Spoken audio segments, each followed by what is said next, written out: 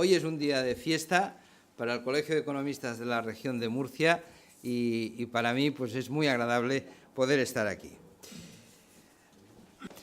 Miren, en el libro del Génesis, del Antiguo Testamento, hay un episodio, no les voy a hablar de la Biblia todo el rato, pero hay un episodio en el que José interpreta el sueño del faraón de Egipto. Y en esa interpretación dice que tras 7 años de vacas gordas vienen otros 7 años de vacas flacas. Si ustedes los cuentan, más o menos, a finales de 2014, principios de 2015, terminan los 7 años de vacas flacas y deberían empezar los 7 años de vacas gordas.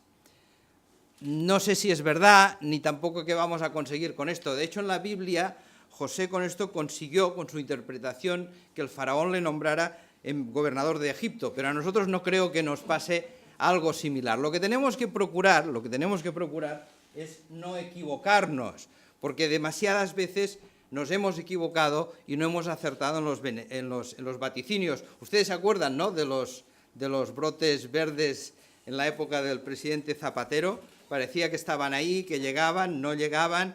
Al final volvimos a fallar una vez más. Por lo tanto, lo que hoy nos proponemos esta tarde, que es reflexionar sobre hacia dónde puede ir la economía en los próximos tiempos, pues no deja de ser un ejercicio atrevido y hasta cierto punto irresponsable, sobre todo si lo hace un economista, porque los economistas, si algo no tenemos en este momento, es fuerza moral para hablar de todo esto. Hace unos años, los economistas, disculpa, presidente, creíamos que decíamos a la gente lo que iba a pasar. Fue una soberbia evidente, porque lo cierto es que nadie supo ver qué es lo que ocurriría y, de hecho, nadie sabe a ciencia cierta lo que puede ocurrir en los próximos 10 años, sobre todo todos estos economistas que han venido pontificando con reiteración. Un economista liberal americano, John Kenneth Galbraith, decía: los economistas somos profetas del pasado. Y es verdad. Fíjense con qué claridad los economistas explicamos lo que pasó ayer. Y cuánto nos cuesta acertar en la previsión de lo que pasará mañana. Pero hay más porque en esta ocasión, en esta crisis, los desequilibrios que se han producido se debieron en más de una ocasión a políticas económicas fundadas en teorías muy elegantes, pero también muy alejadas de la realidad. Y esa realidad nos ha golpeado, confirmando que es precisamente cuando reaparece la parte más oscura de los ciclos económicos, cuanto más echamos de menos que la economía no sea una ciencia cierta y predecible, pero realmente no lo es. Hemos de aprender a convivir con la incertidumbre. Vivimos en una época de cambios constantes, cambios previstos e imprevistos, buscados o inesperados. Fíjense que antes las cosas eran para siempre. El empleo, la ropa, la familia, los amigos, las cosas eran para siempre. Ahora no es así. Y los cambios en ocasiones nos hacen sentir muy inquietos. Pensamos que rompen nuestra estabilidad. Tenemos miedo a perder la comodidad de la costumbre y la comodidad de la rutina. Nos parece que todo se escapa a nuestro control, ¿no?, que muchas cosas son nuevas y desconocidas. ¿Cuántas veces le han dicho ustedes a su informático: por favor, no me cambies una nueva impresora, no me pongas el release de este software, déjame que todavía no he podido descubrir lo que lleva dentro? Todo se mueve de una forma tremendamente acelerada, sin que acertemos a encontrar modelos estables que marquen nuestra actuación y la de nuestras empresas. Por lo tanto, yo creo que es importante que lo primero que hagamos para tratar de hacer ese vuelo sobre la situación y sobre lo que nosotros podemos hacer es que analicemos un poquitín el mundo en el que vivimos, porque a lo mejor no está tan cerca de nuestro mundo más próximo. Miren, hay una organización americana que se llama 100 People, que cada año publica un informe sobre la realidad del mundo. Y lo hace de una manera muy gráfica, porque claro, ahora nos hartamos de decir que el mundo es global. Seguro que no lo han oído nunca esto, ¿verdad? El mundo es global. Esto es una solemne tontería. El mundo ha sido global siempre. La diferencia en la actualidad es que nos enteramos de lo que ocurre en la otra punta del mundo, pues viendo nuestro teléfono móvil y al cabo de 10 segundos de que algo ocurra. Pero bueno, vamos a ver ese mundo en realidad qué es. Esta organización reduce los 8.000 millones de habitantes a un pueblo de 100 personas. Dice, si el mundo fuese un pueblo de 100 personas, ¿qué pasaría? Pues miren, habría aproximadamente 50 hombres y 50 mujeres. Antes había diferencia, ahora no. En términos globales ya estamos empatados. De los 100 habitantes, 60 serían de origen asiático. 60. 15 serían africanos, 11 europeos, 9 latinoamericanos y 5 de Estados Unidos y Canadá. Solamente 33 de los 100 serían cristianos. Tendríamos 22 musulmanes, 14 hindús, 7 budistas, 12 creyentes de otras religiones y 12 personas no creyentes. Si pensamos en la lengua, 12 hablarían chino, 5 español, 5 inglés, 3 árabe, 2 ruso y el resto otros idiomas con un papel del francés y del alemán muy, muy pequeño. Solamente 7 de esos 100 habitantes tendría estudios universitarios y solamente 22 tendrían acceso a un ordenador.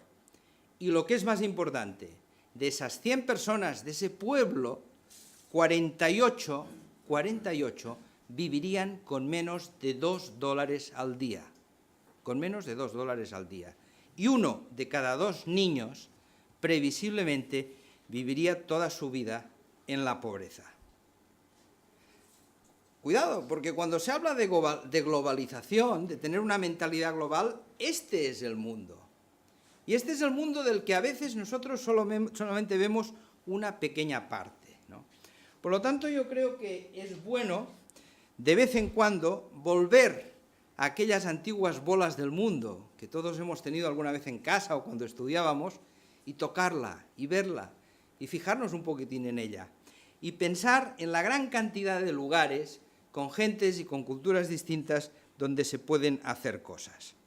Y en ese mundo tan complejo, ¿qué factores pueden marcar desde el punto de vista económico el futuro de los próximos años? Déjenme hablarles de algunos que yo creo que son especialmente relevantes. El primero es el gran debate sobre la deuda. No vamos a entrar en ello, pero detrás de la crisis que hemos vivido en los últimos 7 años, lo que existe es una gran crisis de deuda, tanto en los mercados desarrollados como en los mercados emergentes.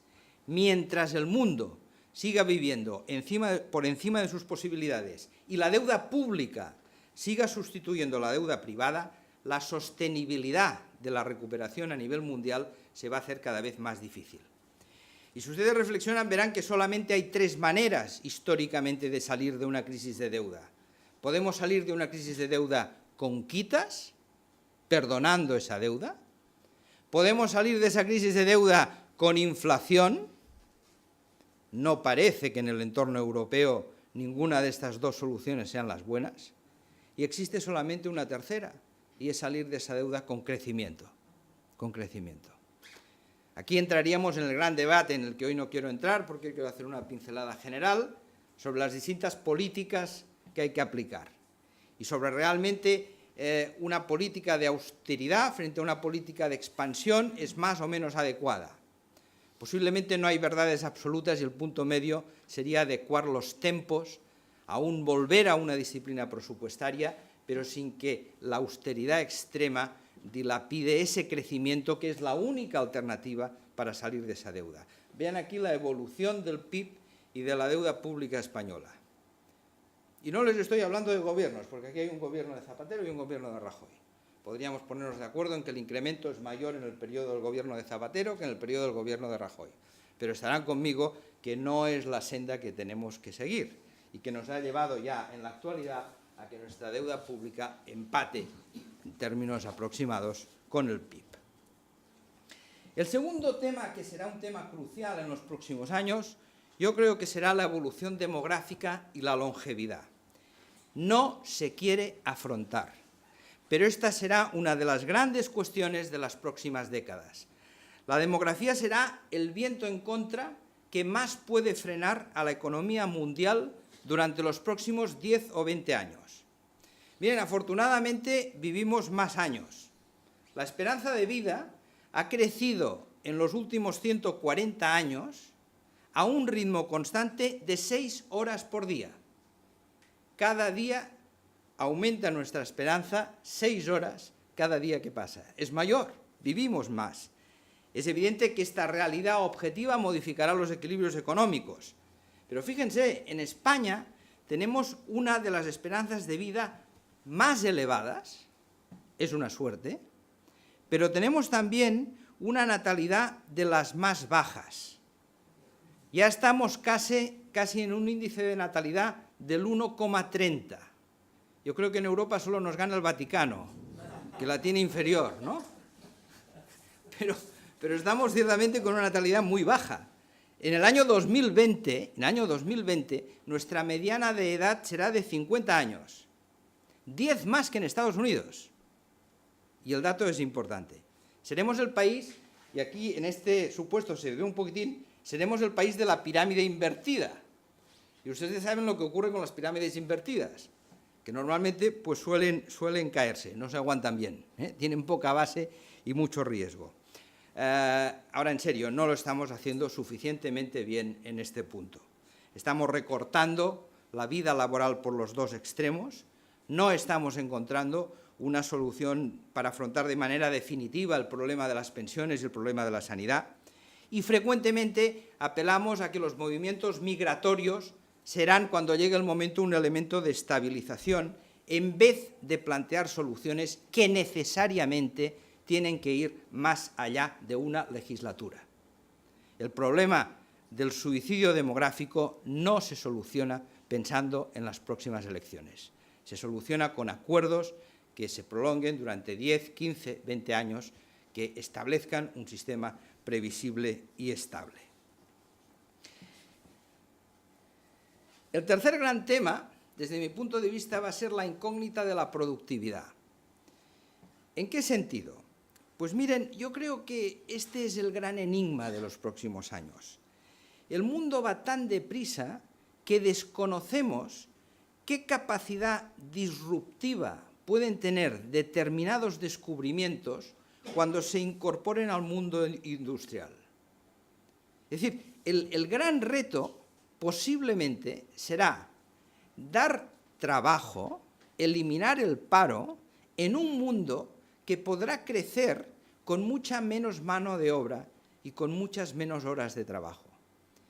Y ahí tendremos que entre todos encontrar un equilibrio partiendo además de puntos de partida muy diferentes, porque no hay que olvidar que, por ejemplo, hablamos mucho de China, pero que la productividad china es un 15% de la productividad en los Estados Unidos.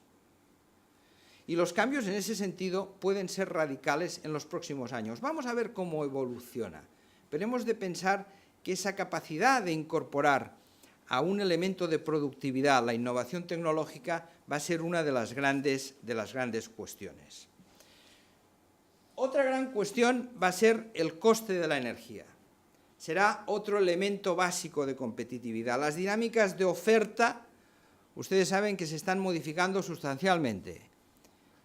El año pasado hubiéramos dicho que se modificaban con la aparición de los procesos vinculados al shale gas en Estados Unidos y al abaratamiento de la energía en Estados Unidos y al hecho de que como país pudieran ser autosuficientes y además exportar energía.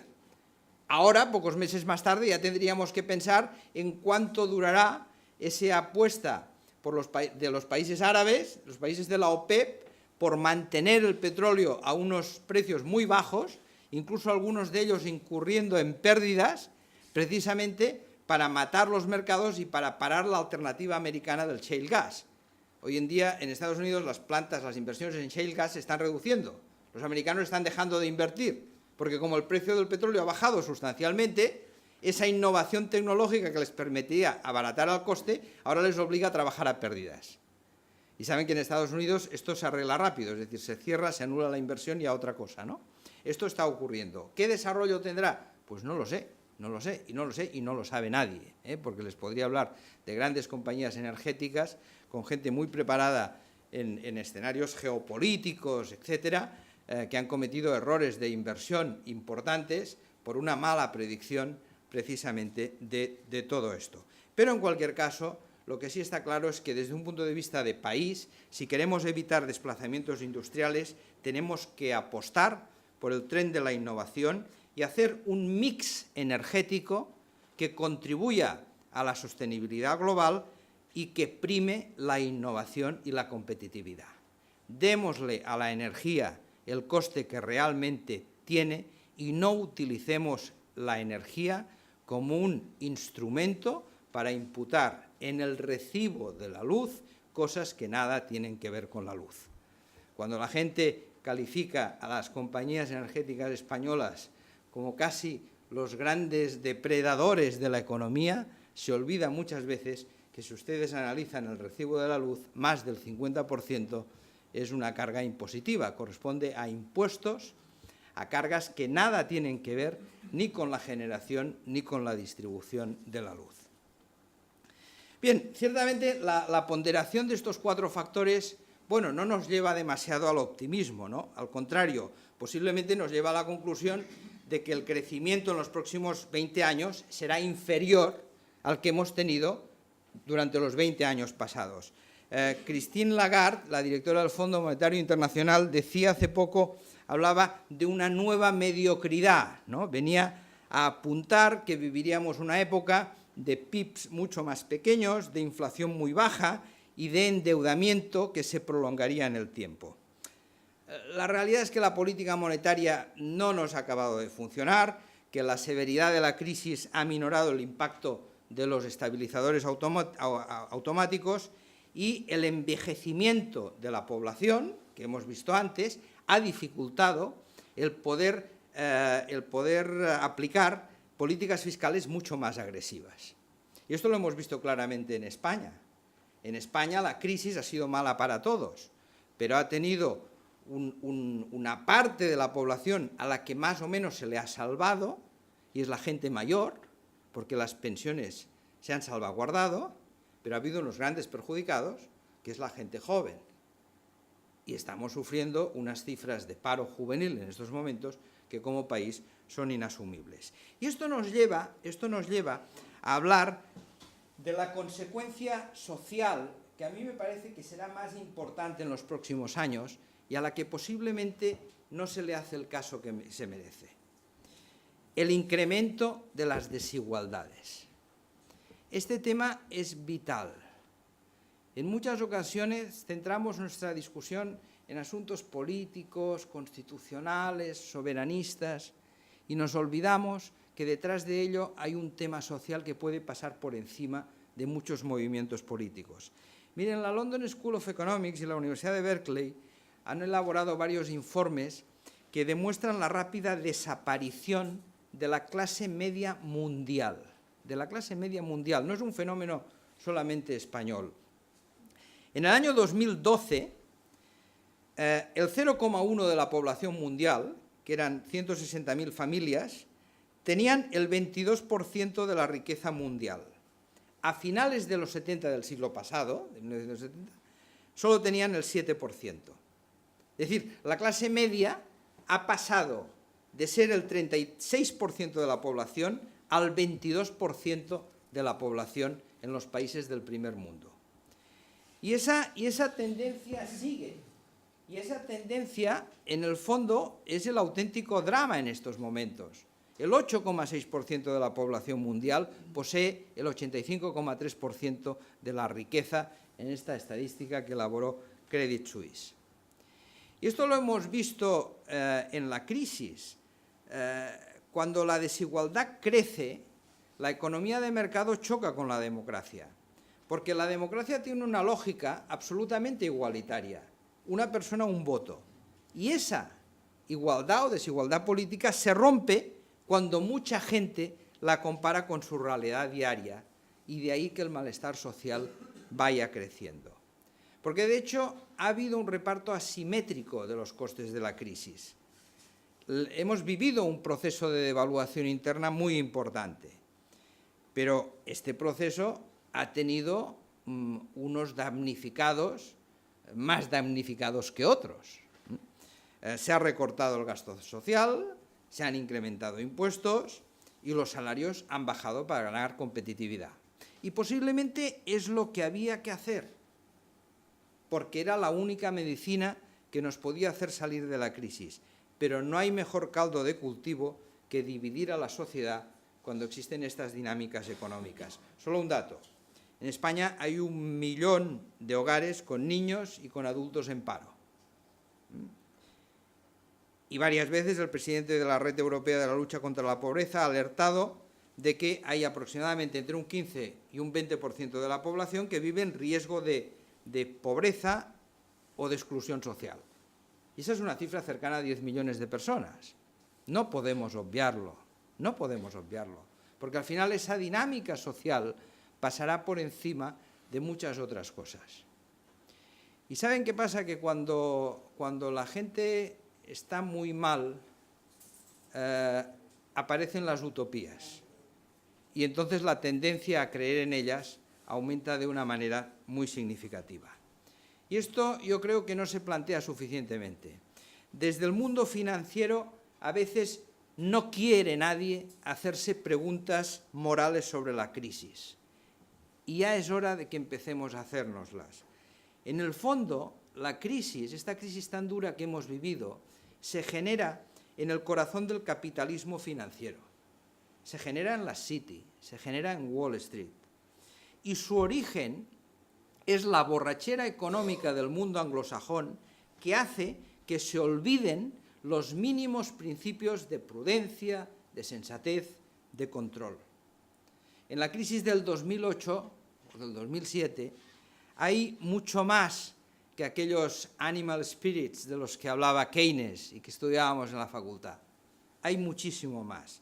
La crisis lo que evidencia es un fallo en las reglas y en las instituciones y la gran quiebra de los valores morales que legitiman socialmente el capitalismo, y que son la prudencia de los banqueros, la confianza, la buena fe, la justicia. Esas son las cosas que se nos tambalearon en esa crisis tan dura que vivimos.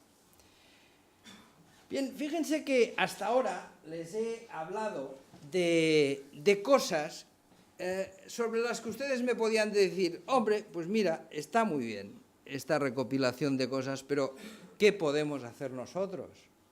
¿Podemos modificar el precio del petróleo? ¿Podemos modificar las desigualdades?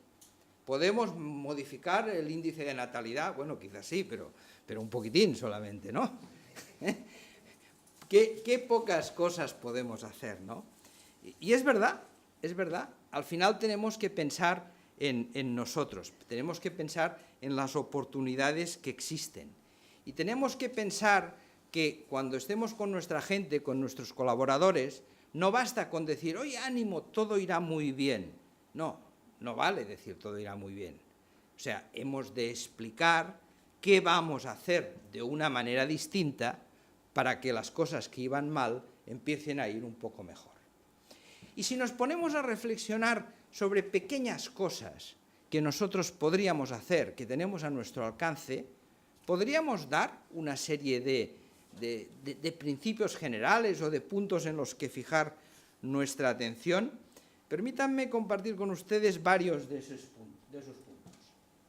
En primer lugar, hombre, pensemos en evitar los excesos y en evitar la corrupción. Es un tema importante, ¿eh? Es un tema importante en el que habrá que poner foco un día u otro para terminar con ese avance de la corrupción.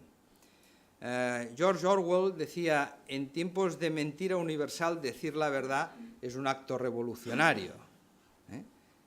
Bueno, quizás sí, pero a mí me gustaría que esa España, que tiene un color calabaza tirando a rojo, hombre, pues que se fuera acercando al amarillo, ¿no? Y que fuéramos mejorando.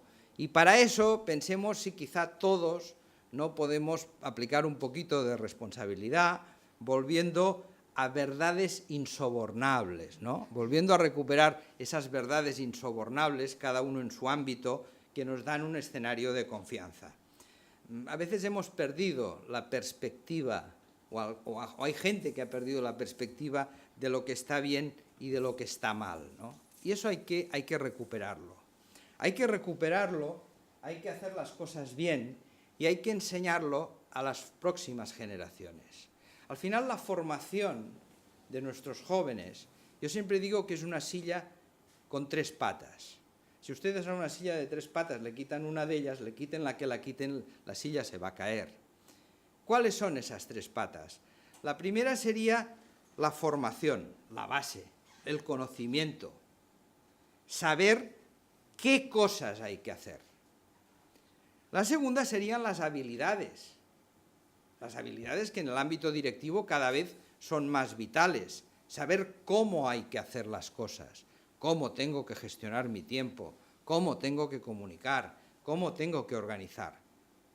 Toda una serie de habilidades directivas que en el mundo en que vivimos son casi tan importantes como el conocimiento. Pero hay una tercera pata igual de importante, y es saber dónde está el límite. A veces la ética se ve como un lastre y no lo es. La ética es algo que nos da dignidad y que nos da estrategias de vida probadas a lo largo de los siglos. Y que todos lo sabemos. Todos en nuestro trabajo, en nuestra familia, con nuestros amigos, sabemos dónde está la línea roja. Sabemos dónde está esa línea roja que en conciencia no debemos pasar, ¿no? Bueno, yo creo que es un punto sobre el que pensar. Decíamos que el mundo está cambiando, que no se detiene, que nos aturde. Bueno, pues preparemos el peor escenario. Cuando las cosas no van demasiado bien, siempre tenemos tendencia a aferrarnos a la pequeña buena noticia que nos hace aplazar noticias desagradables, y no debemos hacerlo. El objetivo es que nuestras empresas sean sostenibles desde todos los puntos de vista. Y eso a veces nos obliga a actuar con decisión y a plantear planes de contingencia que permitan solucionar los problemas. A veces hay una frase famosa en el mundo del management que dice: a través del análisis conseguimos llegar a la parálisis, ¿no? Y es cierto. ¿Cuántas veces una empresa ha dilatado una decisión desagradable que no se quería tomar, que a veces no se quería tomar porque afectaba a personas, y lo que se ha acabado comprometiendo es la viabilidad de esa compañía porque después ha sido demasiado tarde? Preparemos el peor escenario. Hagamos mejor lo que ya sabemos hacer bien. Si hay algún consultor aquí, que me perdone, porque la labor esencial de los consultores es abrir nuevos caminos, buscar alternativas nuevas. Yo les voy a decir lo contrario. Les voy a decir: oiga, cuando las cosas van mal, zapatero a tus zapatos. Hagamos bien y mejor lo que ya sabemos hacer, aquello en lo que realmente somos líderes. Tengamos pocas ideas, pero tengamos ideas claras. Los negocios a veces no son tan complicados. Lo que pasa es que hay gente que se dedica a complicarlos. Y cuidado, que este es un problema también de nosotros, Este es un problema de los economistas. Los economistas a menudo hemos creado complejas soluciones matemáticas para problemas teóricos que tienen muy poco que ver con los problemas reales. Luchemos contra la complejidad. La complejidad no debe admirarse. La complejidad debe evitarse. Porque ¿saben qué ocurre? Que muchas veces la complejidad es el escudo de la ignorancia. Y poco más, y poco más. Yo soy de los que piensan, y presidente, a ver si recoges el guante, que deberíamos insistir para que en las facultades de económicas se explicara quizá un poquitín menos de econometría y un poquitín menos de matemáticas, y se explicara un poquito más de sociología, de psicología, quizá de historia económica. Porque ese mundo que decimos que mueven los mercados, al final lo están moviendo decisiones humanas, personales, que siguen quizá unos patrones de comportamiento que todavía no nos hemos decidido a estudiar en profundidad. Nuestro mercado es el mundo, ustedes lo saben bien, ¿eh? Estamos en una ciudad, estamos en un lugar donde no hay que enseñar nada sobre exportación, ¿eh? Lo saben perfectamente, nuestro mercado es el mundo. Pero fíjense, este es el mundo que nosotros vemos, ¿eh? Javier Fernández Aguado, un buen amigo, a veces explica un chiste sobre vascos. Aquí lo podemos explicar porque supongo que no hay vascos, y si hay alguno que me perdone. Dice que un vasco le dice al otro que va a coger un avión, ¿no? Y le pregunta, dice, hombre, dice, ¿y para qué quieres ver Bilbao en avión? Dice, coño, para ver cómo es Bilbao sin mí, ¿no? Bueno, un poco nos pasa esto, ¿eh? Nos pasa esto, ¿eh? Nos creemos que somos el centro.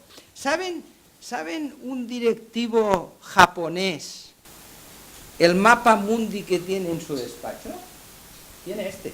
Recuperemos la pasión por la liquidez. Ya está bien de creer que el endeudamiento es la panacea en la que hay que cimentarlo todo. Pongamos foco en la gestión de nuestra tesorería. Protejámosla. La liquidez de una empresa es su auténtica despensa económica. Detrás de un excesivo endeudamiento, a lo mejor hay un clima general de euforia económica, pero siempre existe una ambición irracional que más tarde o más temprano provoca desequilibrios que son fatales. Por lo tanto, moderemos el endeudamiento. El riesgo tiene precio. A mí hace unos meses un directivo inglés de una multinacional me decía esto y pensé que era genial, ¿eh? Turnover is vanity, EBITDA is sanity, but cash is reality. Es de aquellas frases que nos tendríamos que fotocopiar, poner encima de la mesa y no olvidarla jamás, ¿no? Otro punto importante, retengamos el talento. Retengamos el talento. Cuando llegan los tiempos difíciles es cuando más necesario es retener a los mejores. Rodeémonos de personas primero, de profesionales después. De personas primero y de profesionales después. Y busquemos gente creativa, capaz de movilizar cosas, capaz de movilizar inercias. Miren, un empresario importante catalán que ya falleció, Pedro Duran Farell, fue la persona que trajo el gas a España desde Argelia.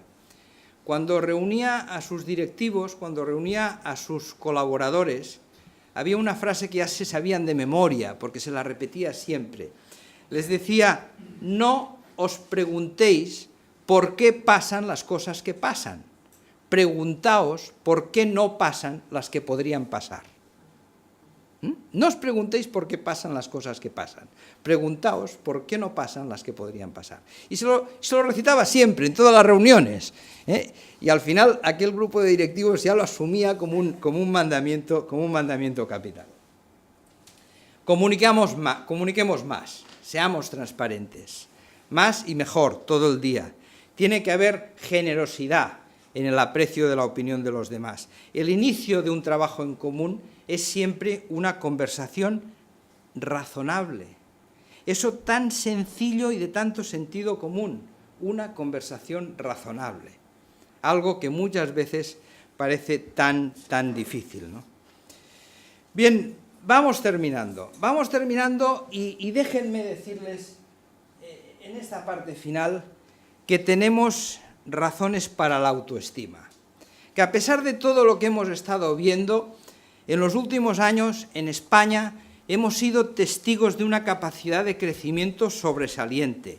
Hemos tenido el impulso creativo de unos empresarios y de unos directivos que juegan en primera división. Y por lo tanto, sin caer en la autocomplacencia, hay motivos, hay razones para pensar que este país seguirá adelante y que irá mucho mejor. Ese Yes We Can que en su día hizo ganar a Obama, lo hemos hecho muchas veces aquí, lo hemos hecho muchas veces. Y no lo han hecho los políticos, lo hemos hecho todos nosotros, lo hemos hecho los que no salimos en los libros, lo hemos hecho los que no salimos en la historia, pero lo hemos hecho cada vez que se nos ha pedido. Por lo tanto, somos merecedores de transparencia y de sinceridad. No merecemos la radicalidad política que estamos sufriendo. Una radicalidad política que no es gratuita, que la pagamos entre todos. Es imprescindible un pacto para superar la situación actual. La gente está aceptando sacrificios, pero todo tiene un límite. Y la imagen de desunión y el tono crispado que a veces se percibe, en el fondo incomoda a los ciudadanos y es una mala forma de servir al país. Y quizá empieza a ser hora que los empresarios, los directivos, quienes tenemos responsabilidad sobre muchas familias, seamos capaces de denunciarlo. Yo creo que hay que hablar menos, hay que hacer más, nos jugamos demasiado y, por lo tanto, hay que pactar. Porque solamente de este modo recuperaremos algo que se está debilitando en España, y es la esperanza. En España falta un poquitín de esperanza, y eso es muy importante. Podemos pedirle sacrificios a la gente, los va a hacer. La historia demuestra que los españoles los hemos hecho, pero debemos explicar dónde queremos llegar y cómo vamos a llegar. El que no promete un cielo nunca tiene creyentes, pero hemos de saber qué cielo nos promete y cómo vamos a llegar a alcanzarlo. Porque este problema, en el fondo, es grave, y es grave pensando en las próximas generaciones, sobre todo. ¿Qué pasa cuando en la sociedad va penetrando la sensación de que las élites no pueden resolver los problemas, que no acaban de entenderlos, que viven presuntamente top of the world, pensando que controlan cosas que en realidad no controlan, ¿no? ¿Qué pasa cuando en medio de ese pensamiento social llegan crisis económicas inesperadas, situaciones geoestratégicas que se gestionan mal una tras otra? Y aquí hablaríamos de Afganistán, hablaríamos de Irak, hablaríamos de Siria, hablaríamos de Libia. ¿Qué pasa, en definitiva, cuando la sociedad ve que quien tiene la capacidad no tiene el criterio para tomar buenas decisiones? Eso defrauda enormemente al ciudadano. Y el ciudadano empieza a tener una sensación de opacidad y de corrupción como una percepción generalizada que hemos de tratar de combatir. Va tomando cuerpo esa idea.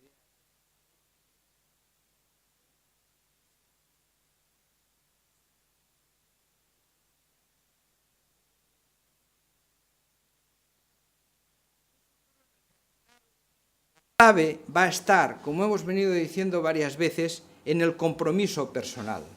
Pero fíjense que el compromiso personal está detrás de todas las crisis, de las crisis económicas y de las crisis personales.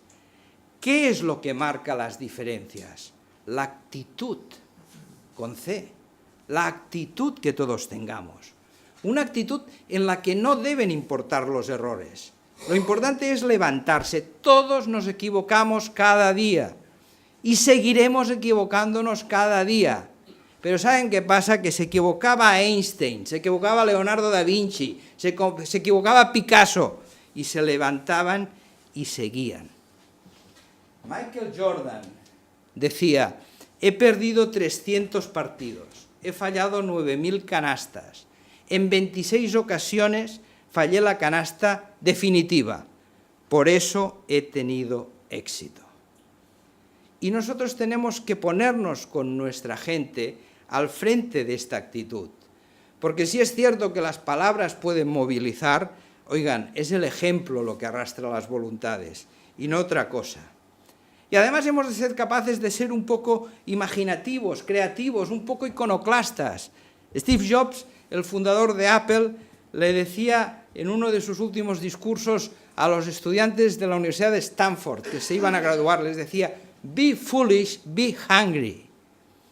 Sed un poco locos y pasad hambre, sed hambrientos. Es decir, sed creativos, luchad, sed un poco iconoclastas, ¿no? Bueno, no le fue mal, no le fue mal. Quizás algo que podríamos también aprender. Por lo tanto, y déjenme terminar con este mensaje optimista, abandonemos el pesimismo letal.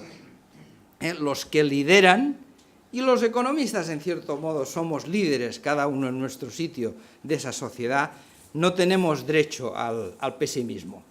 Hemos de aportar actitud moral positiva, porque para salir de cualquier crisis, los técnicos son necesarios, pero no son suficientes. El factor psicológico es vital. Y fíjense que esto pasa en todo. Pasa en las empresas, pasa en el fútbol, pasa en las parejas, pasa en la vida.